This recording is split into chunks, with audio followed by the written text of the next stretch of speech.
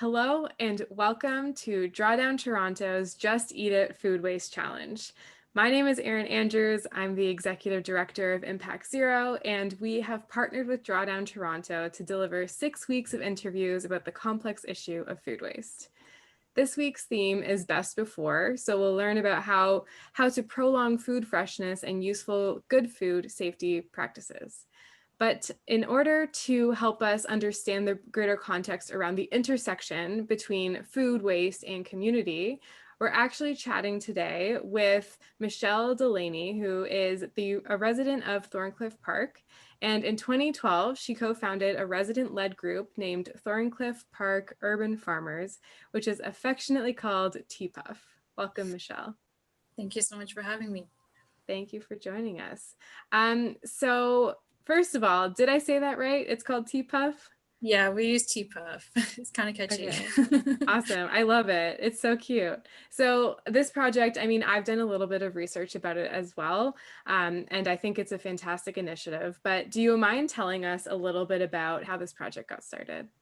Well, I think just to give some context about my community first, because it's totally relevant. So for those who don't know the community of Thorncliffe Park, so Thorncliffe Park is located in the north section of East York. It's a very densely populated, multicultural, high-rise community.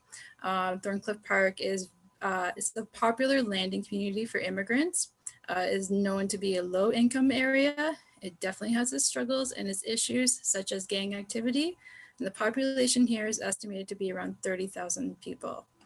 So I started this project back in 2012 with a friend of mine that I met in the community. We were new moms at the time, and we wanted to expand on our green lifestyles and grow organic food. So we approached our local not-for-profit organization, which is the neighborhood office, which we call TNO. And we expressed our interest in creating a community garden, and they supported us. So they supported us in creating a community garden on a high-rise property, and then we created a second community garden in Leaside Park. Now, TNO currently manages the garden in Leaside Park. And then in 2016, TPUF went on to partner with Summer Lunch Plus, and together we created another community garden on another high-rise property in Thorncliffe. And this past year, we were really lucky. We got to plant 37 various fruit trees throughout the properties of 8 different buildings. So in a nutshell, TPUF manages 2/4 acre communal gardens, both on high-rise property and the Thorncliffe Orchid. That's awesome. And I mean, I personally love the idea of community gardens. Like there's so many benefits to it, and I'm excited to get into this with you so we can talk more about that. So the impact of community gardens, I know, is vast and complex. It goes beyond just food waste. But I wanted to know from your perspective, based on your involvement in this initiative, what impact does this urban farming have on the communities that are able to have these types of plots in their vicinity?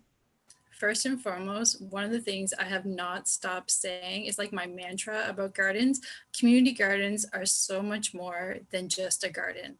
So one of the goals of TPUF is to address the food security issues in our neighborhood by providing free harvest shares to our residents. So residents of the community can come and volunteer their time, they lend a hand in the garden, and then they receive a free harvest share.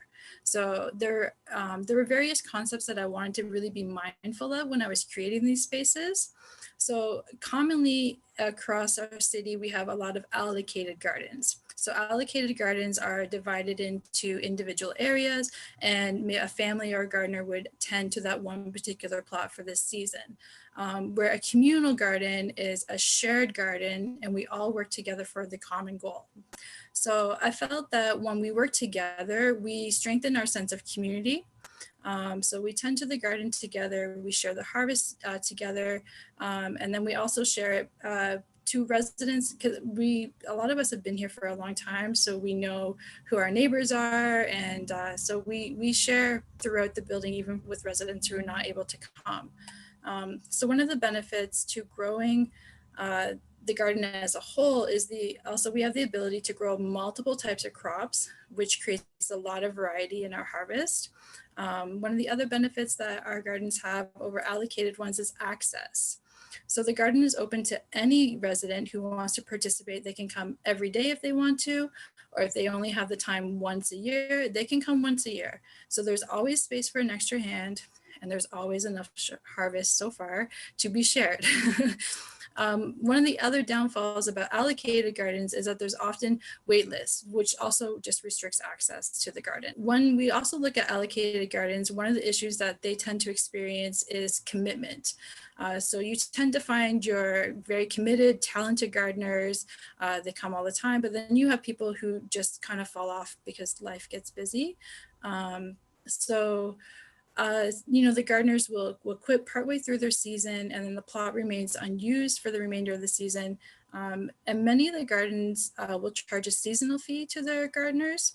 So the garden committee itself feels obligated to hold those plots and not give them to people on the wait list. So again, it restricts access to the community, right? So we eliminate that barrier. And speaking of seasonal fees, as I mentioned, Thorncliffe Park is a low-income neighborhood. We are very fortunate to have investment and funding into our projects, which enables free access to the garden. So when we have funding, the other benefit that we have is also we have all the supplies there. The gardeners can just show up.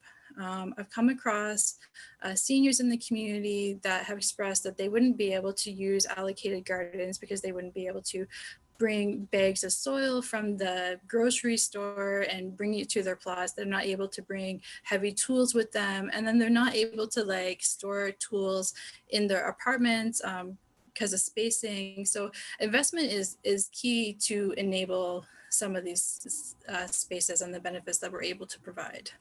To have not just like the plot there available, but also the tools and the things necessary to actually let people participate if they have the desire to is really important. I think that's amazing.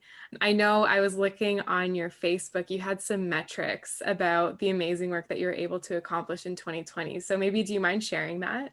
I'd be honored to. So this year, one of our gardens was down due to some construction. And so we had some really nice investment for the garden at 71. So we kind of revamped the whole garden. And so this year we were able to grow. We harvested 1,500 pounds of food, which is amazing. So that all went out for free to the residents. We actually had about 1,800 visits, and of that, half of those were children. So yeah, so it's a big number of people that come into this one particular garden throughout the season. Yeah, that's amazing. And to be able to produce that much food in like such a collaborative way, it probably boosts the morale even, and like getting the community to get to know each other. And there are other benefits of having more connected communities from like an environmental and social perspective. So those are impressive metrics. Like that's a lot of people to engage and a lot of food that went out to those people who were willing to help out. And that also goes to show that like since it's free and available and open for everyone to participate in, like people will come and like people do want to help and be involved in community initiatives. So that's amazing. It's the cliche of build it and they will come. Exactly. Yeah, totally. Yeah. 100%. So since this challenge is all about food waste, and there obviously are intersections between this community initiative and food waste, I wanted to get your perspective to know a little bit about how growing your own food can actually assist in reducing individuals' food waste. I think one of the biggest ways that we reduce food waste is that we're able to take appropriate portions. This is something that I definitely noticed in our harvest share times, that people take what they need. So unlike the grocery store, you go to the grocery store, you have to buy a full head of cabbage, you have to buy a full stalk of celery, sometimes you only need half of that. So you're able to take as much as you want, and then you're able to pass that on to somebody else. So again, in the grocery store, you're not able to buy as much as you want. So because everything's sold in bunches. So you're sitting at home thinking of 101 ways to use a whole head of cabbage, right? Yeah, exactly. Or you just don't ever buy the cabbage because you can't use it all. So that's one thing, taking appropriate portions. There's also a lot of respect when you actually grow the food yourself. So the gardeners are very cautious of what they take because they feel bad to waste our hard work. And the other thing, we don't have a shortage of people who are willing to take garden goods home. So we never have wasted any of our harvest. It all goes to someone's home to feed their families. One of the other benefits that I think, like when I'm doing my grocery shopping, I have to go on the weekend. I have to try to pre-plan everything, and sometimes life gets in the way and I'm not able to do that. But when I'm in the garden, I can be like, oh, this is ready, and I can take it home and I can use it immediately. Or if I need a tomato and I don't have a tomato, I can go grab a tomato. Like, you have that access to food when you need it as you need it, which helps reduce food waste. So one example of this is that I had a lady come into the garden. She was experiencing some health issues, and of course her doctor told her to eat healthier. So on her research, she was learning about kale. She didn't know what it was because it's not one of her cultural appropriate foods. But she is a new immigrant. She has 5 children, and they were still struggling to obtain employment. So she wouldn't go to the grocery store and buy herself kale, because kale is actually an expensive item, but she could come to the garden, she could take a sample of kale, and then she took it home, she tried it, she gave some to her kids, and lo and behold, they like kale now. That's awesome. I think that actually goes to show as well about like the more broad benefits, because obviously now they could just try it without having to buy a whole bunch and potentially wasting it. Right. But on that note, I think this leads into question 4 really well. So I want to know a little bit more about what other benefits are there to the community when they have a community garden like this one. So as I say, my mantra is always, is so much more than a community garden. So in Thorncliffe Park, we have very limited green space. Most of the green space is located on private property of the apartment buildings. So tenants do have access to the space, but it's typically just a lawn. So the spaces are not fully utilized. So having gardens help create higher quality living spaces for residents.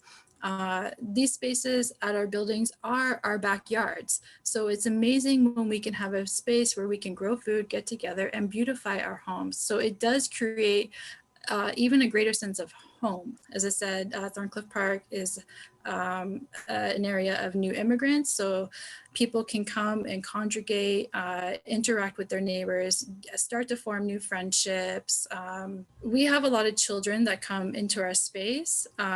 So we do have a park here, but as I said, even our green space is very limited. So we have one park, but it's very busy. So this is another space that kids can come and they're welcome to.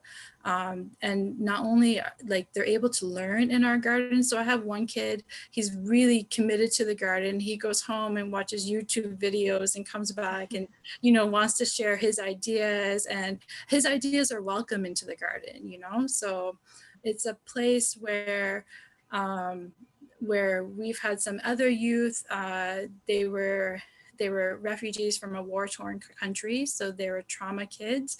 They started off kind of terrorizing our garden, and some of the adults, honestly, they wanted me to kick them out. And I said, if we continue to kick our youth out of these spaces, there's nowhere for them to go. Right. So the thing is, we have to provide them with love and guidance. And over the next couple of weeks, I did my best to show them, like, this is how we respect the garden.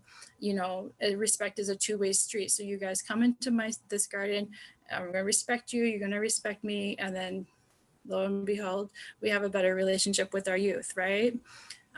This past year, we were also able to work with some of the at-risk youth. They came in, they helped us build raised beds, they helped us build a pergola. So they were able to come to a space and start to gain skills that maybe they could even use into gaining employment. We're also very fortunate enough to be able to provide them with honorariums, which is important for them because being in a low-income neighborhood, there are stresses on these youth to help provide for the family. So us being able to be another additional source to even support our own community. And then we also have seniors accessing the garden. So a lot of seniors live in isolation. So they're able to come downstairs. It's not far for them because seniors have limited mobility. They're able to enjoy these beautiful spaces. And then we get to hear all these lovely stories of when they were younger and working in their home gardens. Mm-hmm. That's amazing. And I think all of that, because you bring together everyone who's in all these different situations, who have different life experiences. And I mean, at least in my work, I often consult my grandma actually to ask about how things were before, because we talk about like sustainability in the sense of like repairing and reusing and sharing things, like, you know, going back to what people used to do. So Yeah, I we need think to learn from our elders. exactly. And I think everyone has that kind of value that they can bring, whether they're an older person or a younger person. This is how like the community initiatives are so positive. So I wish that we could talk more about this, because I think there are so many ways that we could relate this back to sustainability and food waste. But I did want to just say thank you so much for joining us this week to talk a little bit about how community and food waste can intersect and does completely intersect. And yeah, I just really appreciate your time. Oh, thank you so much for your time and allowing me to present our gardens to a bigger audience. Thank you. For our viewers, if you would like to learn more about these urban gardens, we'll be posting a link in the description of this video. And if you'd like to follow up with the next 2 interviews that are coming in the next 2 weeks, you can learn more at the Drawdown Toronto website and on Instagram. So thank you so much for joining us this week, and we will see you next time.